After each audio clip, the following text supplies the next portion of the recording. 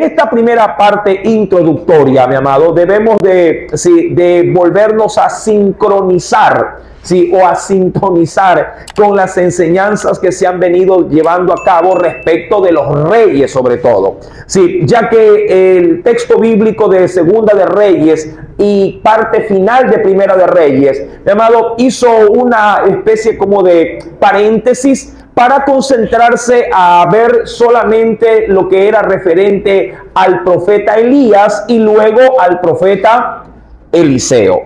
Sí, pero antes de que esto obviamente se llevase a cabo, ese estudio, sí, se venía analizando, sí, a través de la cronología de los reyes, sí, todo lo que sus sucesores venían haciendo tanto en el reino del norte, se recordará usted, así como en el reino del sur. Recordará, mi amado, por ejemplo, que nos quedamos prácticamente analizando el reinado en el reino del norte al rey Acab, y en el reino del sur con el gran rey llamado Josafat. Una vez que Acab muere, le sucederá en el trono uno de sus hijos, y este será justamente ¿quién? ¿Cuántos recuerdan? Yo sé que lo que estoy tratando de desempolvar son, mi amado, sí, estudios que ya lo veníamos analizando el año pasado, pero tampoco no es que estamos tan distantes. ¿Quién sucedió al rey Acab? ¿Quién? Jorán. Jorán, mi amado, y luego, ojo, aunque todavía no se va a ver, pero también luego Josafat, a la muerte de él, será reemplazado por uno de sus hijos, ¿sí? Y también se llamará ¿quién? Jorán. Te vamos a tener dos Jorán, uno en el norte y uno en el sur, ¿sí? Así que estemos muy atentos, mi amado, para no descuadrarnos respecto del seguimiento que le hemos hecho a lo largo, de todo el libro de los reyes. Ahora, dichas estas cosas, dice el versículo 1 al 3, que luego de la muerte de Acab comenzó a reinar en Samaria, porque Samaria era la capital del reino del norte, comenzó a reinar en Samaria sobre Israel el año 18, no que él tenía la edad de 18 años, no, sino que cuando Josafat en el reino del sur ya tenía gobernando 18 años, allí en el reino del norte se levantaría Jorán para reinar, en Samaria. Pero su proceder o su actuación respecto de lo que podríamos decir de lo que su antecesor había hecho se vio minimizado. No que desapareciera, pero no fue tan perverso, por decirlo de alguna forma, como lo fue acá. Ya que la misma escritura nos dice que hizo lo malo, ante los ojos de Jehová, aunque no como su padre y como su madre. Entendiendo que cuando se habla de Acab y Jezabel, se está hablando realmente, mi amado, si quisiera ser un poquito allí exagerado, es como que si estuviéramos hablando del diablo y del anticristo ahí, unidos en matrimonio. Sí, Acab era terrible y su mujer, ¿qué podríamos decir? Fue todavía lo peor, mi amado. Pero su hijo Jorán, gracias a Dios, entre comillas digo esto, no siguió, diríamos, de manera latente los pecados de ellos, pero siguió ofendiendo a Dios. Ahora, esto, mi amado, quiero yo de pronto considerarlo antes de continuar y meterme al versículo 4, porque allí quiero concentrar el estudio. Sí quisiera considerar algo sobre todo para las masas. Y cuando hablo de las masas, hablo de la gente en general. Mucha gente, yo la he escuchado, usted también la debe haber escuchado decir cuando alguien se acerca de pronto a llevarle un pasaje de la Biblia, un Dios le bendiga. Mucha gente dice, háblele a él es malo. Él es borracho, y el otro lo mira y dice, tú también tomas, sí, pero no como tú. ¿Verdad? Sí, pero él dice malas palabras, sí, pero no como tú. Es decir, hace lo malo, pero se satisface porque piensa que lo hace de una manera no tan exagerada como lo hacen los demás. Pero esto, mi amado, a la larga, si queriendo ser ya bíblico, mi amado, no importa si lo hace mucho, si lo hace poco o si casi no lo hace. Si está practicando el pecado, mi amado, la sanción será la misma, tanto para el gran pecador como aquel pecador, diríamos, inofensivo.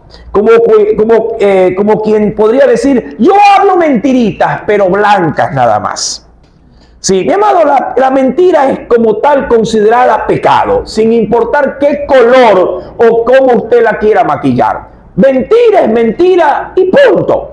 Y la paga del pecado seguirá siendo la muerte. Y la Biblia dice que los mentirosos no entrarán en el reino de los cielos. O sea, esto es como para ilustrar el asunto del versículo 2. Jorán comenzó a pecar. Claro que sí, la ofensa a Dios era latente. Pero claro, no en la medida en la que lo había hecho Acab, no en la misma proporción de su madre. Sin embargo, la Biblia sí nos dice que él hizo algo como para poder tener, ¿cómo le digo?, esta observación de parte de Dios. La Biblia dice en el verso 2 que él, mi amado, quitó las estatuas de Baal que su padre había hecho. Sin embargo, esto sí es importante de resaltar, el hecho de que se haya quitado los objetos de la idolatría no implicaba de que los hombres no siguieran, mi amado, adorando a sus dioses. Yo no necesito, o alguien no necesita necesariamente estar delante de un crucifijo, por decirlo de alguna forma, para no decir, ay, yo no adoro imágenes. Hermano, si usted lo tiene todavía impregnado en el alma o en el corazón, hablando de la idolatría, mi amado, si usted todavía lo tiene allí, digamos, anidado en su corazón, no importa si se encuentra delante de una estatua, delante de un santo y lo venera. Claro, la verdadera, diríamos así, pasión por el Señor en espíritu y en verdad habrá de salir de un corazón, mi amado, completamente sincero. Dios, mi amado, que pesa o sopesa todas las cosas, sabrá perfectamente si hay o no hay ídolos en nuestro corazón.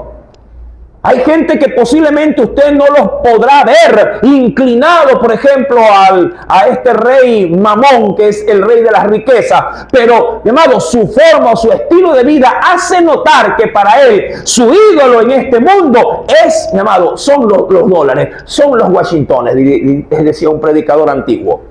Sí, y amado, esto sí es un problema, porque mucha gente puede decir, ya le quité los ídolos, pero eso no implica de que su gente no continúe en su corazón inclinándose a la pasión de esos ídolos.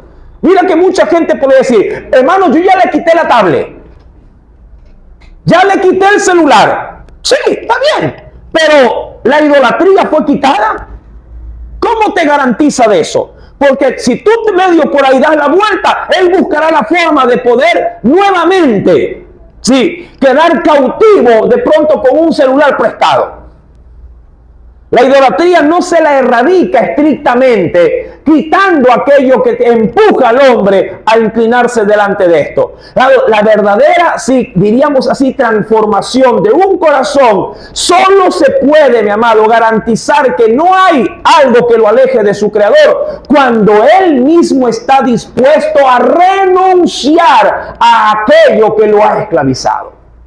Y claro, eso implica, mi amado, de que ese corazón se volcará por completo al verdadero y único Dios. El hecho, insisto, de que este rey hubiese quitado a los Baales que su padre había levantado, sobre todo en las regiones altas, en las regiones montañosas, porque allí se les rendía culto, no era garantía de que la idolatría haya desaparecido. Ahora, en el versículo número 3, la Biblia sí nos dice de este rey que se entregó a los pecados ¿de quién? De Jeroboam. ¿Cuál fue el pecado de Jeroboam? Queriéndolo recordar muy rápida o someramente, venga conmigo por favor, acompáñeme, vayamos al primer libro, vayamos por favor, veamos algo especial dentro de esto. Vayamos al primer libro, de Reyes. capítulo número 12. Si veamos una, como dicen por allí, una lectura a vuelo de pájaro. Sí, primer libro de Reyes, capítulo número 12, verso número 25 en adelante.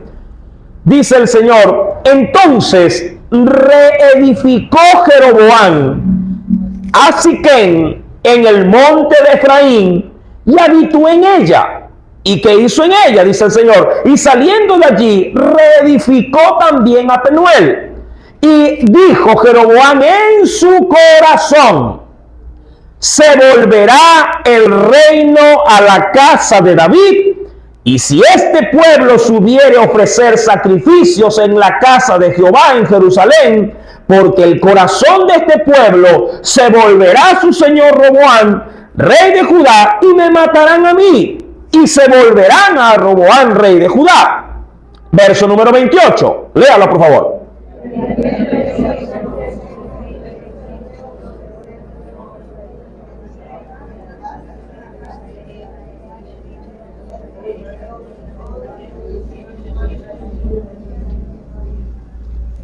Y puso en Betel y el otro en Dan, y esto fue causa de pecado, porque el pueblo iba a adorar delante, dice allí, de uno hasta Dan.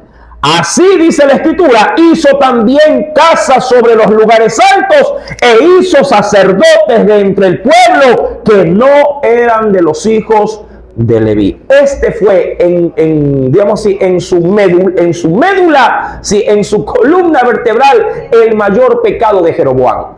¿Cuál? Como tal, levantar un sacerdocio y un lugar de adoración no autorizado por Dios. Porque el único lugar y los únicos sacerdotes que Dios había establecido eran los que se habían levantado en Jerusalén y a través de los hijos de la tribu de Leví. Esto fue lo que, en este sentido, Joram continuó, o decirlo de alguna forma, permitió que siguiera.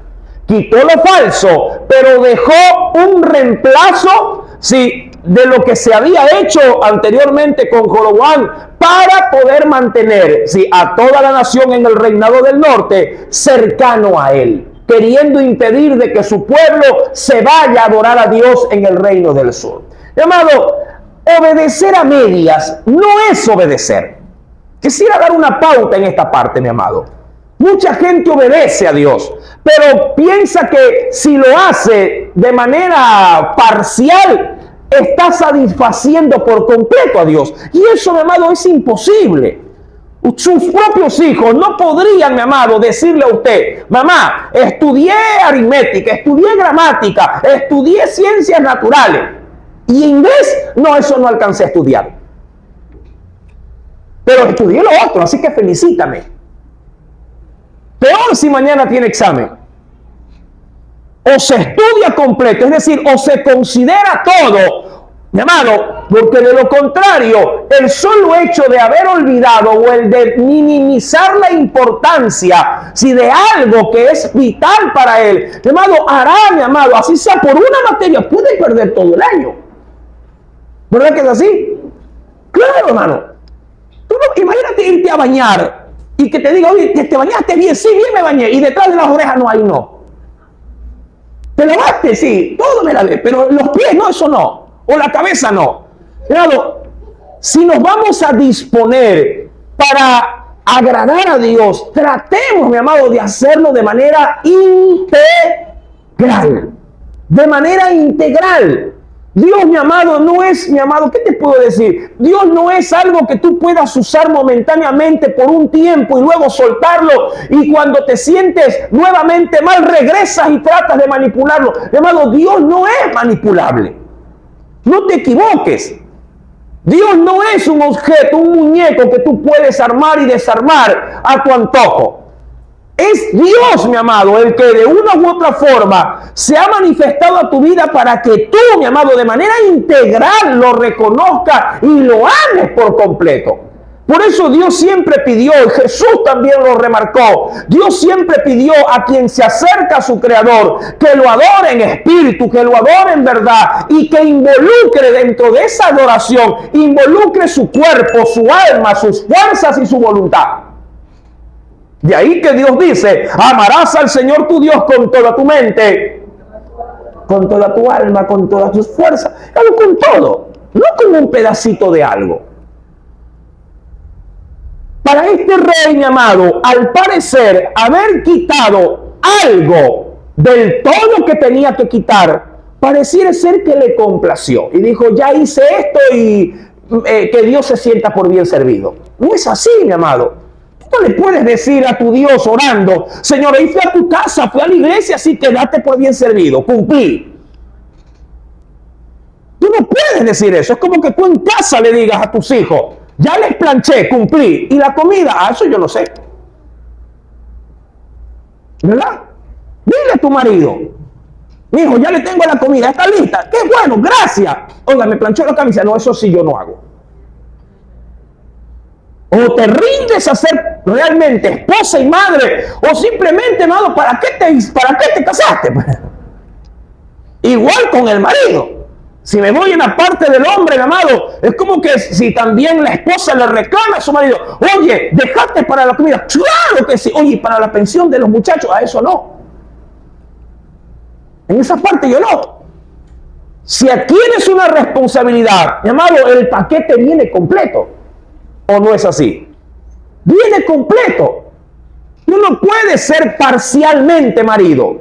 No puedes ser parcialmente mujer o esposa. Mi amado, así también nosotros como hijos de Dios debemos de ser integrales, debemos de considerar toda la voluntad de Dios, no un pedacito o lo que es peor, lo que me conviene.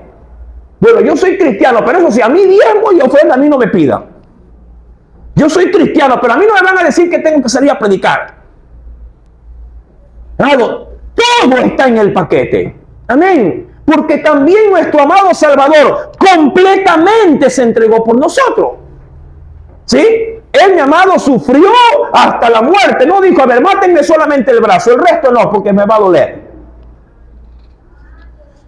Mi querido hermano, es importante, insisto, hacer énfasis en estos puntos, porque para Jorán posiblemente el haber hecho una cosa, sí, debió haber sido para él suficiente. Pero sin embargo, luego Dios hará algo para poder justamente remarcar en él semejante falta. Ahora, en el versículo número 3, ¿qué termina diciendo Dios de Jorán? Volvamos a Segunda de Reyes, capítulo 3. Pero se entregó a los pecados de Jeroboam, ya vimos cuáles son, hijo de Nabat, que hizo, ojo, hizo, dice allí, pecar a Israel. ¿Por qué los hizo pecar? Porque al dejar autorizado que continúa un sacerdocio falso, al dejar autorizado de que continúen los lugares de adoración que no estaban permitidos abrir, el pueblo seguía buscando esos lugares aparentemente para buscar de Dios. Pero Dios ya había sentenciado que ni los sacerdotes de esos lugares, ni los lugares como tal, tenían de parte de Dios su autorización. Y por allí, como alguien sabe decir, mi amado, si usted no lo hace, pero lo permite, igual usted lleva su pecado. ¿Verdad que sí? Si usted igual lo permite, si usted igual, mi amado, al quedarse callado, otorga que otro lo haga, a la larga compartimos también la falta. Versículo número 4. Entremos, mi amado, y aquí es que quiero entrar a la verdad. Sí, y era importante dar estas consideraciones. Verso número 4. Recuerde que el profeta Elías ya no está. Ha sido de parte de Dios, sí, llevado hacia el cielo. Ahora le sucede o lo reemplaza el gran profeta Eliseo, sí, el gran siervo de Dios. Dice entonces, versículo 4, entonces Mesa, que es un nombre como tal, rey de Moab, era propietario, este es un dato informativo para entender luego la historia, era propietario de ganados y pagaba al rey de Israel, es decir, al rey Acab, un tributo. ¿Por qué? Porque Moab, mi amado, pertenecía obviamente al territorio de Canaán. Y cuando Israel se adueñó de Canaán allá en los tiempos de Josué, mi amado, todos a quienes no los dejaron de pronto salir de Canaán en batalla, los volvieron, como dice el libro de Jueces, tributarios. Entonces Moab era una nación tributaria, pagaba impuestos para estar allí. Y claro, muerto el rey, aprovecharía la oportunidad el rey de Moab para rebelarse. Sigo leyendo. Pagaba el rey de Israel, no a Joram, acá, 100,000 corderos y 100,000 carneros con sus vellones. Verso número 5, léalo.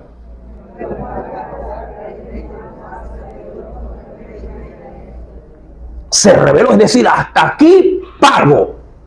Versículo número 6. Salió entonces de Samaria, hablando del rey, el rey Joram, y pasó revista a todo Israel. Es decir, convocó a todo el pueblo para poder salir ¿a qué? A la guerra. Al convocarlos, lo que quería era contar para saber si podía o no, si irse a pelear contra el rey de Moab.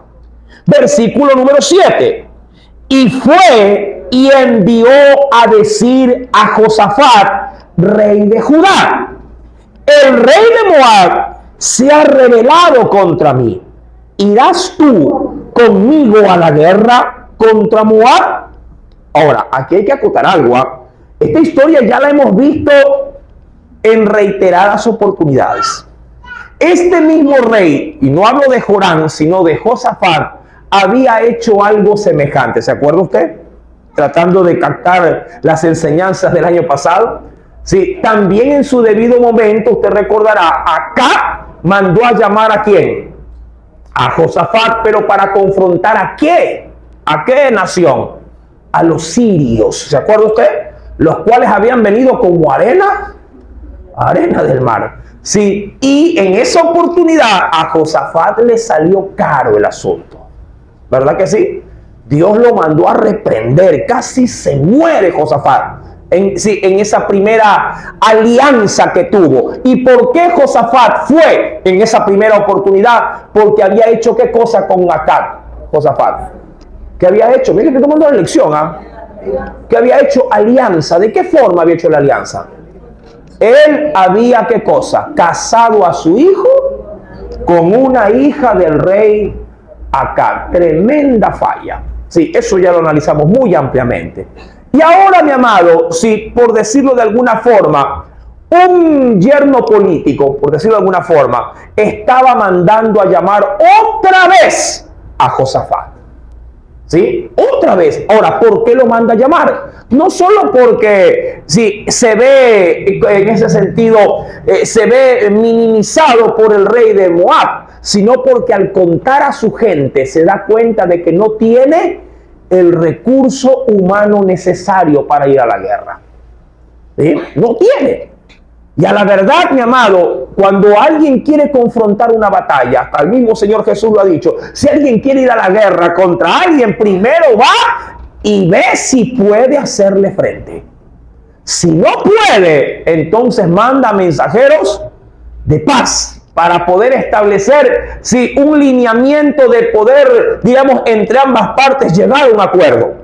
Pero si tú vas a la guerra y sabes que no tienes con qué hacer frente y te ganan o comienzas a padecer en medio de la batalla, oh sorpresa, mi amado, no te asombre si terminas tú y los tuyos todos totalmente muertos.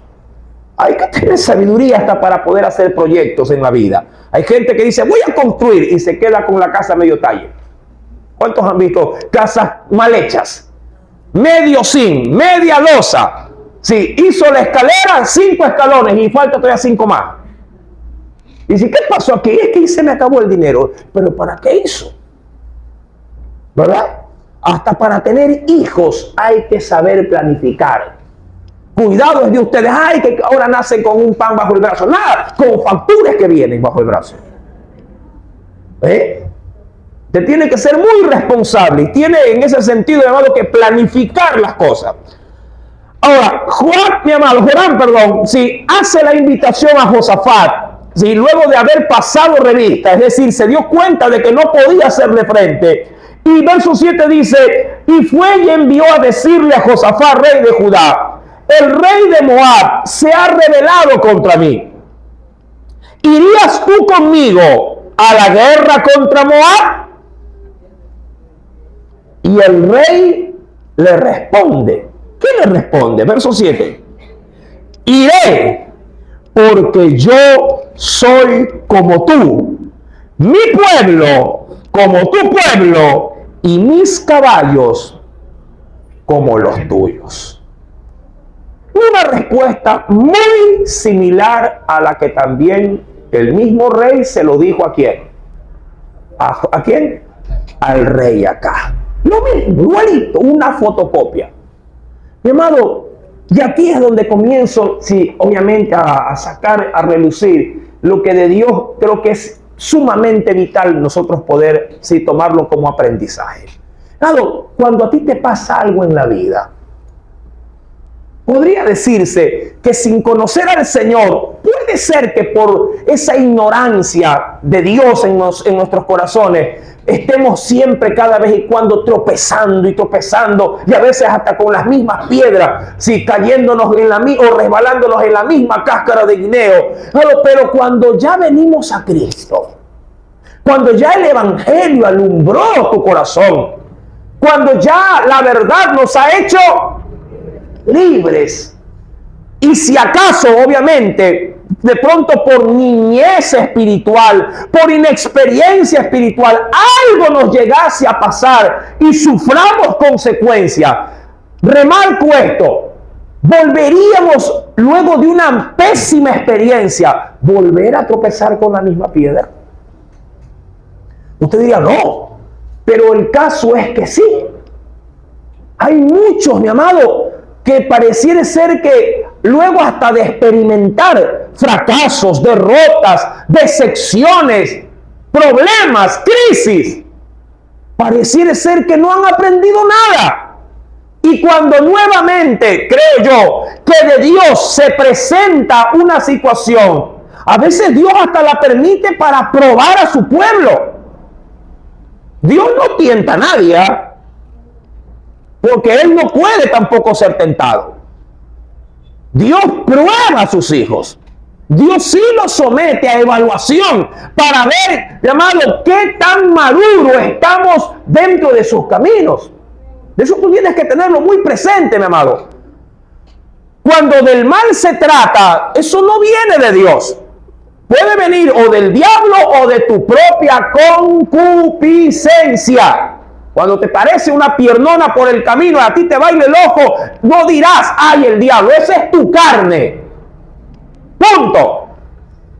Sí, se te alborotaron las hormonas. Eso no es la culpa de Dios, es tuyo, es tu concupiscencia. Esa es tu concupiscencia. Así como si lo tuyo es el licor y recibes una llamada o una invitación, es tu carne. Esa es tu concupiscencia y tienes que batallar contra ella. Amén. Mi amado, cada cosa tiene su lugar. Ahora, cuando vamos a este tipo de escenarios, Josafat pareciera ser que no aprendió nada. Ya Dios le había enviado a un profeta a Josafat la primera vez que se metió en esta camisa de 11 varas. Si quisiera recordarlo, retrocedamos un poco, por favor. Sí. Primera de Reyes, capítulo 22, verso 18. Leamos desde allí. Y el rey de Israel, en ese entonces era Acab, y aquí está el mismo Josafat, pero más joven. Y el rey de Israel dijo a Josafat, ¿no te lo había dicho yo? Ninguna cosa buena va a profetizar él, hablando del profeta Micaías, acerca de mí, sino solamente el mal. Entonces él dijo, oye pues palabra de Jehová. Yo vi a Jehová sentado en su trono y todo el ejército de los cielos estaba junto a él, a su derecha y a su izquierda. Eso dice el profeta de Dios. Y Jehová dijo: ¿quién inducirá a Acab para que suba y caiga en Ramot de Galaad? Es decir, en ese lugar en la batalla. Y uno decía de una manera y otro decía de otra. Y salió un espíritu y se puso delante de Jehová y dijo: yo le induciré. Y Jehová le dijo: ¿de qué manera? Y él le dijo: yo saldré y seré espíritu de mentira en boca de sus profetas. Y le dijo del Señor a ese espíritu: le inducirás y aún lo conseguirás. Ve pues y hazlo así. Versículo número 23.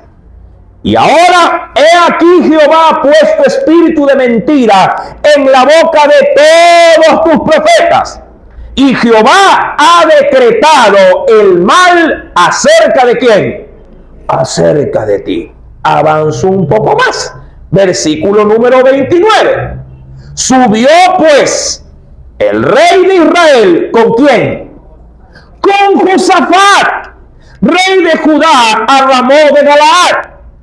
Y el rey de Israel dijo a Josafat: yo me voy a disfrazar, me disfrazaré y entraré en la batalla, y tú ponte tus vestidos, es decir, los reales. Y el rey de Israel se disfrazó y entró en la batalla. Mas el rey de Siria había mandado a sus 32 capitanes de los carros diciendo: no peleéis ni con grande ni con chico, sino contra el rey de Israel, es decir, Acab. Cuando los capitanes de los carros vieron a Josafat, porque estaba vestido de rey, dijeron: vinieron pues contra él a pelear. Mas el rey Josafat, ¿cómo terminaría? Ya sabemos a qué se refiere cuando dice que gritó. Sí, en un pasaje paralelo de Crónicas dice que el rey, sí, pidió a gritos ayuda de Dios. Viendo entonces los capitanes de los carros que no era el rey de Israel, se apartaron de él. Y luego usted conocerá el desenlace. Un hombre fortuitamente disparará ¿qué cosa? Una flecha y atravesará ¿a quién? A aquel rey que se había disfrazado. Luego de esta batalla, que por cierto fue una masacre porque aniquilaron casi a todos los del rey de Israel. Mi amado, Dios le enviará un profeta ¿a quién? A Josafat, diciéndole lo torpe que había sido al permitir aliarse ¿con quién? Con el rey de acá.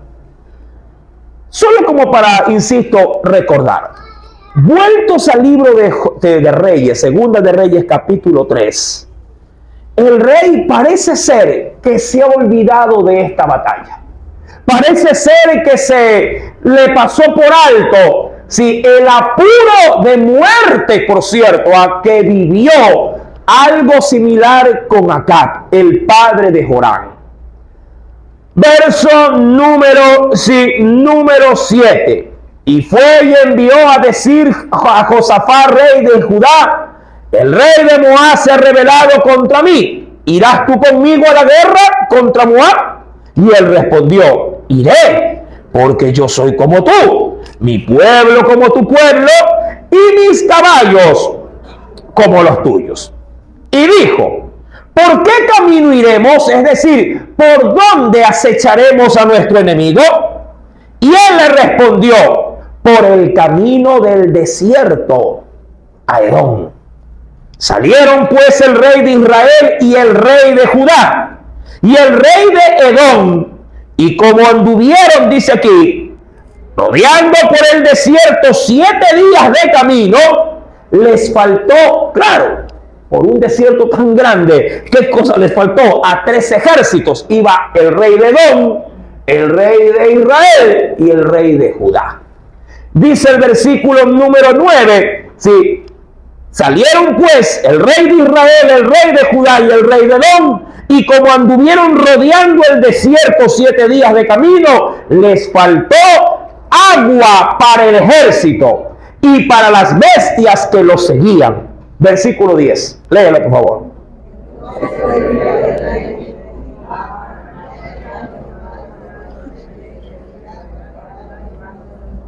Ahora, aquí hay algo inusual. Cuando habla del rey de Israel, siempre entenderemos que es el rey Joram, ¿sí? El rey imputa su desventura de haber padecido de sed. ¿A quién le echa la culpa? ¿A quién le echa la culpa? A Dios le echa la culpa. Él le dice, vaya pues, Dios ha sacado a 3 ejércitos al desierto para matarlos de sed. Yo te pregunto, ¿en qué momento Dios le dijo que vayan a pelear? Para empezar. Segundo, mi amado, ¿quién convocó a los otros 2 reyes? ¿Dios acaso? Todo lo hizo ¿quién? ¿Quién? Joram. Por otro lado, ¿quién le dijo a Josafat que se vaya a la guerra? ¿Pidió acaso autorización? ¿Permitió acaso? Mira la torpeza sobre todo de Josafat. Cuando Josafat se reunió con Acab antes de la batalla, por lo menos en ese momento, él pidió confirmación de parte de uno de los profetas de Dios. ¿Se acuerda? Pidió, le dijo, ¿no habrá un profeta aquí de Dios para que nos diga si hacemos o no vamos a la guerra? Habrá, y sí hay uno por ahí llamaron a Micaías. Mi amado, pero en este punto, ya Josafat ni siquiera se toma la molestia como para poder decir, sí, consultemos a Dios. Él se emprende y Dios no lo detiene. Mi querido hermano, tú tienes que tener muy en cuenta que el hecho de que tú emprendas cosas en la vida, no lo sé, mi amado, negocios, estudio, qué sé yo, mi amado, sí, que se te pueda llegar a cruzar por la mente. Cuando tú emprendes algo, ahora que se utiliza mucho el término emprendedor o el emprendimiento, el hecho de que tú seas cristiano no significa que todo lo que un cristiano hace va a ser bendecido por Dios. Quisiera aquí sí puntualizar este asunto. El hecho de que alguien haga algo como cristiano no implica que Dios se lo está concediendo. Yo en esa parte, mi amado, trato de ser muy cuidadoso, sobre todo en temas espirituales, de no hacer las cosas a mi arbitrio, porque mi amado hermano, si yo las hago a mi manera y no a la manera de Dios, lo que yo hago, mi amado, va a tener consecuencias. Lo mismo le digo a un padre de familia. Si un padre de familia se equivoca en hacer algo, puede, si acaso se refiere a asuntos de dinero, podría, mi amado, traer calamidad financiera al hogar. Diría, pues, mamá, pero ¿por qué lo hiciste? Mira que nos estamos muriendo de hambre. Hay gente que se mete a deuda, mi amado, como ejemplo se lo pongo, pensando de que no, tranquilo, que Dios me va a bendecir y esto se lo va a pagar rápido. Y apenas se está firmando el préstamo, mi amado, a la salida del mismo banco, lo atropellan y se queda paralítico. Y usted dice, ahora, ¿cómo pago esto? ¿Cómo arreglo esto? Está fregado, mi amado. Mucha gente se mueve así en la vida. Si trata de que, si Dios bendiga, de que Dios prospere los emprendimientos que uno emprende, valga la redundancia. Estos hombres emprenden algo sin ningún tipo, mi amado, de autorización, de consulta. Dios, no, ellos se van y se meten en la colada. Y ya metidos, diríamos, en la fiesta, sí, quieren que alguien les toque para ponerse a bailar y se dan cuenta que no hay músicos. Dicho de otra forma, piensan que rodeando el desierto, claro, era la mejor forma de atacar a su enemigo por la retaguardia. Pero lo que no sabían, mi amado, es que no midieron, ¿sí?, la proporción de los recursos que se tenían que llevar para aguantar tanto tiempo en el desierto. 7 días se metieron al desierto. ¿Sí? Emprendieron su viaje. Todo el mundo salió entusiasmado y con el corazón desafiante de ir a ganar. Pero el mismo desierto que serviría como estrategia militar para atacar a su enemigo sería el mismo lugar que se levantaría contra ellos para matarlos de sed. Y claro, Joram, que era el más torpe, ¿sí?, imputa a Dios el fracaso. Míralo, escúchalo. Dice el Señor, versículo número 10. Entonces el rey de Israel dijo, que ha llamado Jehová a estos 3 reyes para entregarlo en manos de los moabitas. Y ¿en qué, digo yo, en qué cabeza y en qué corazón pretende echarle la culpa a Dios? Un hombre que, por cierto, la misma escritura desde el capítulo 3 en sus primeros versículos ha mencionado con claridad que el corazón de este hombre no era acepto a Dios. Ahora sí, yo me imagino que Josafat, ¿sí?, debió haber recordado digamos así, su mala experiencia que tuvo con estos mismos reyes. Verso 11. Mas Josafat dijo, ahora sí, ¿no hay aquí profeta de Jehová? Recién. Ahora sí. Como cuando alguien hace sus cosas y cuando ya está hasta el cuello de problemas, no habrá cómo llamar al pastor. No habrá como para que me hagan una oración. Es lo típico, mi amado, que tiene el corazón del hombre cuando ya en su torpeza ya no tiene a quién más acudir. Ahora sí, Josafat se acuerda de que hay Dios. Ahora sí, Josafat, mi amado, recapacita y reflexiona. Pero ya estaba, ¿en dónde? En el desierto. Y bueno, fuera él solito. Tenía consigo metido a todo su ejército.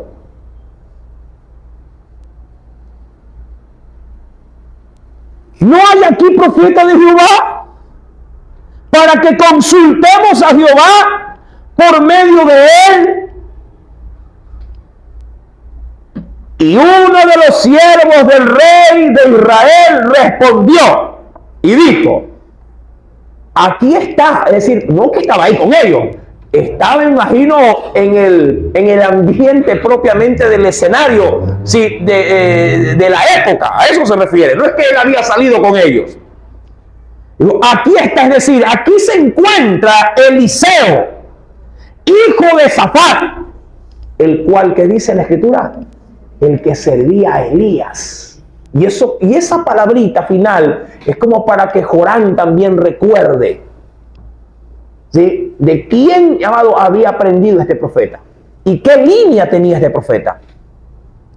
Josafat, cuando escuchó esto, dijo, este tendrá palabra de Jehová. Verso 12, tendrá palabra de Jehová. Y ellos, en este caso el liderazgo de estos 3 reyes, descendieron a él, el rey de Israel, y Josafat y el rey de Edom. Ahí tuvieron que por lo menos a los 3 reyes sacarlos con carruaje del desierto para ir a encontrar a quién, a buscar a quién.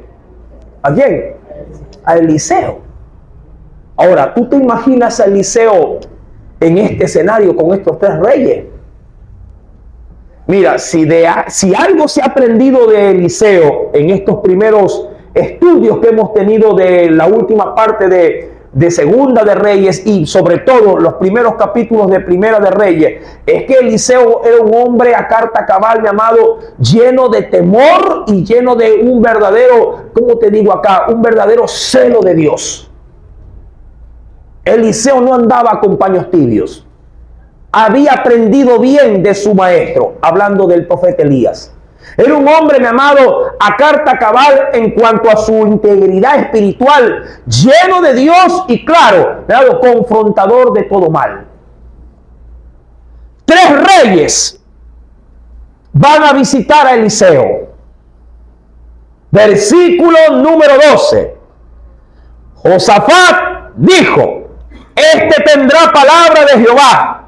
Descendieron a él el rey de Israel, Josafat y el rey de Edom. Ya llegados al lugar donde él estaba, verso 13. Entonces Eliseo dijo al rey de Israel, primerito a la cabeza, ¿a quién?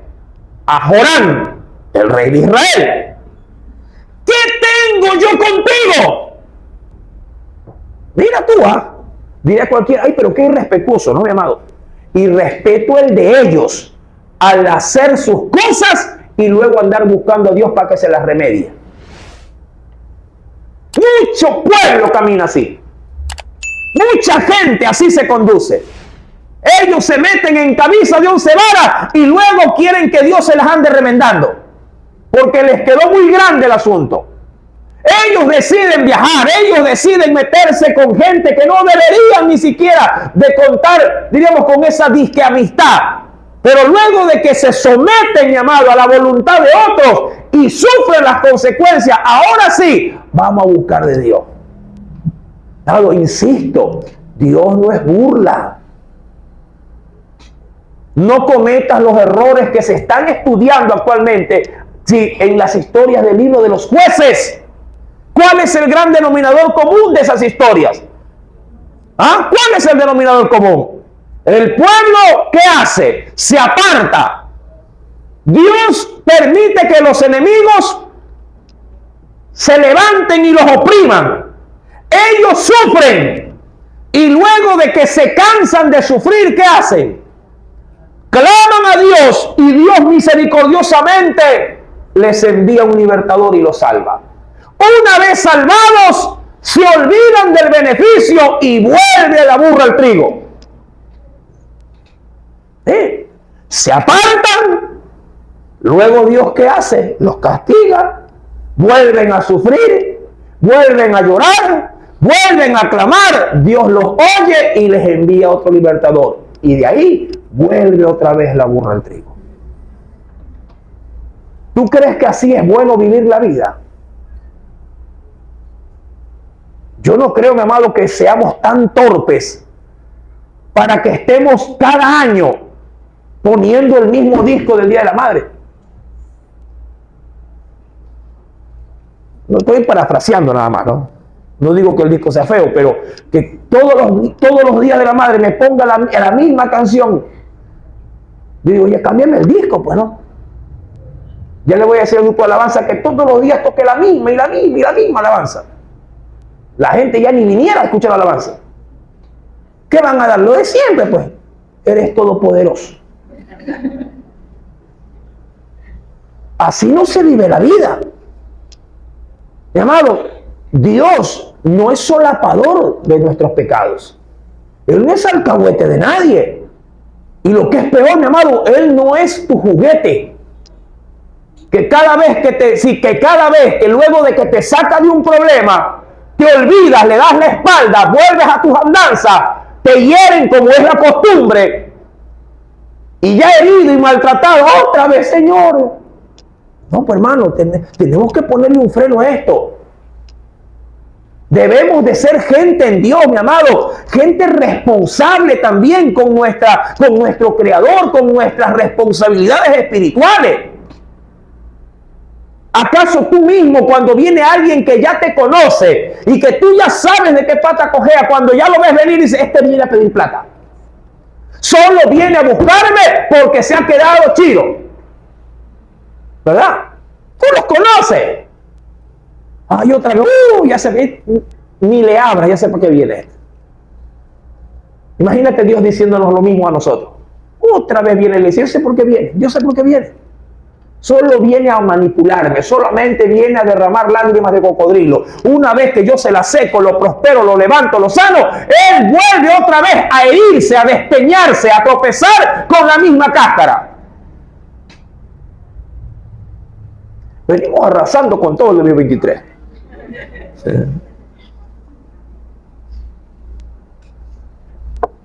Deja ese jueguito, Dios no es un juego. Eliseo no tiene pelos en la lengua.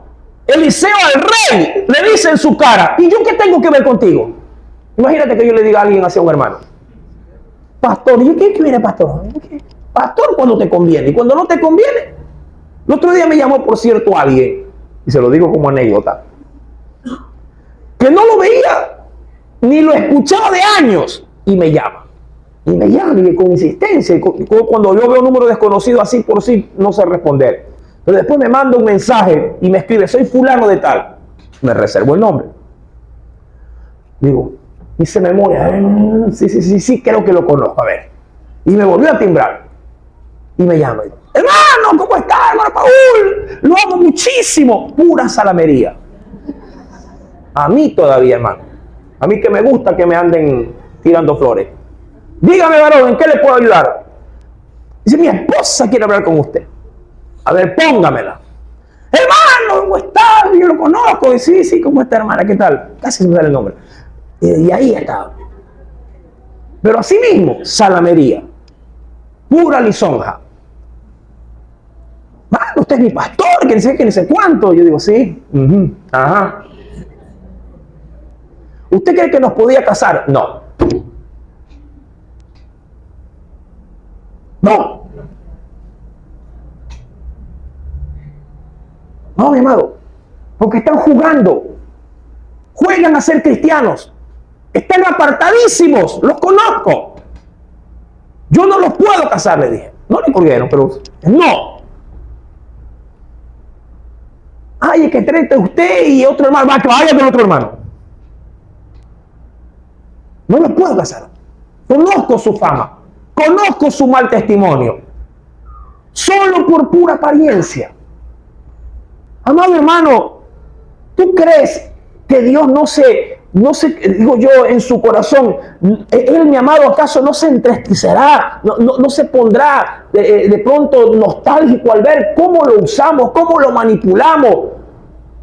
Mi amado, no te equivoques. El hecho de que Dios por pura misericordia te abra o te entreabra la puerta para atenderte no significa que tú eres acepto a Él. Jesús fue bien claro, mi querido hermano, cuando estableció, sí, el verdadero vínculo con su pueblo y con aquellos que no lo eran. El Señor Jesús, mi amado, nos dijo con bastante claridad, a los que no son mis hijos, a ellos simplemente les toca migajas. El pan es para los hijos y se les da en la mesa. Pero los hijos obedecen. Los hijos se sujetan. Los hijos, mi amado hermano, dignifican a sus padres. O por lo menos así debería de ser. ¿Qué te consideras? ¿Un bastardo o un hijo de Dios? Si dices hijo, debes de saber que eso conllevará, mi amado, de parte tuya una gran responsabilidad para con tu Padre Celestial. Eliseo fue claro. Tres reyes. ¿Quién es? Ni los reyes magos van a la casa de los, pero 3 reyes le fueron a visitar a Eliseo. Cualquiera se hubiera amedrentado. Cualquiera se hubiera dispuesto. No todos los días te van a visitar 3 reyes. Sí, por ahí andan ahorita los candidatos queriendo visitarlos. Tremendo, mi amado. Coja todo lo que le quieran dar porque es su plata. Es la plata del mismo pueblo. De ellos no ha salido ni un solo centavo. Sí, aprovecho la cuña. Votará bien. Votará bien.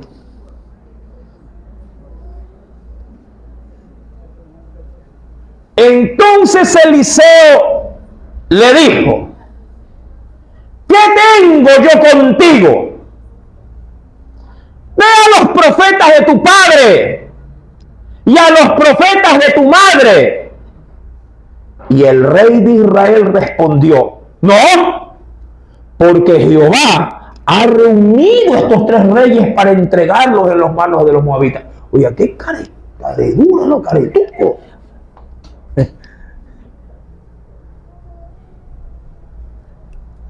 Mira qué osado que es este hombre. No le dice, no, ¿cómo vienen los reyes? No. Este problema no es ni de mis profetas, ni de mis sacerdotes. Este problema es de Dios. Él nos sacó, Él nos va a entregar. ¿Por dónde tú ves que Dios les mandó a hacer esto? ¿Ah? Tirándole el muerto a alguien que no tiene la culpa. A mí a veces, mi amado, bueno, no, ya hace mucho tiempo, gracias a Dios, alguien me supo decir, y yo creo que sí se los he comentado, que cuando los hijos hacían cosas desagradables en casa, a mí me venían a reclamar. pastor, yo no sé qué vienen a aprender aquí mis hijos en esta iglesia. A la verdad, se portan mal, esto y lo otro. Yo no, ¿qué culpa tengo?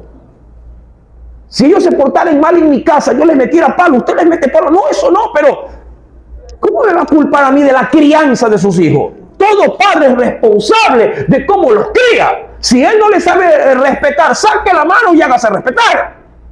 Pero no me venga a echar a mí la culpa. Yo aquí les enseño palabra de Dios, pero cada uno tiene la responsabilidad de oírla y obedecerla. ¿Verdad? Y Eliseo, verso 14, y hasta aquí voy a leer, le dijo: vive Jehová de los ejércitos, en cuya presencia estoy, que si no tuviese respeto al rostro, mira, que ahí estaba, ¿saben quién estaba calladito ahí? ¿Quién? Josafat. Es que él fue el que dijo, vamos a ver Eliseo, le dijo él. Yo imagino que Eliseo dijo, uy, trágame tierra, ¿qué hago aquí? A veces así vienen a consejería, esperando descubrir el agua hervida, y cuando uno los confronta con su pecado, mucha gente dice, por gusto vine. Mira, nunca será por gusto ir a buscar al Señor. Nunca será por gusto venir a pedir consejo de parte de Dios. Porque hay que ser valiente a la verdad. Cuando uno se ha equivocado, pero también acepta su culpa. ¿Sí? No con esto te estoy diciendo, ay hermano, si te equivocaste, resuelve tu problema. Por lo menos reconoce que faltaste a Dios, amado, y vuélvete a Él, pero de todo tu corazón, porque Dios es amplio en recibirte y en perdonarte y en poder volverte a dar una oportunidad. Pero aprovéchala y no la desperdicies. Amén. Vive Jehová de los ejércitos, le dijo, en cuya presencia estoy, que si no tuviese respeto al rostro de Josafat, rey de Judá, ¿qué le dice? Ni te mirara. ¿Sí? No te mirará a ti, ni te viera, le dijo así.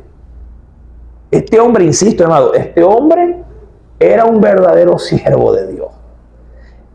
¿Cómo resolverá el profeta el problema de estos tres? Que estaban metidos en camisa de 11 varas. Recuerda que tras de ellos hay 3 ejércitos. 3 ejércitos que están enterrados en el desierto sin gota de agua. ¿Cómo poder, mi amado, salir de ese hoyo? ¿Quieres saberlo? Si Dios lo permite, ven el próximo día viernes, que yo aquí te lo digo con la ayuda del Espíritu Santo. Amén. Si Dios te ha hablado, ríndele a Él una muy fuerte ofrenda de aplauso, porque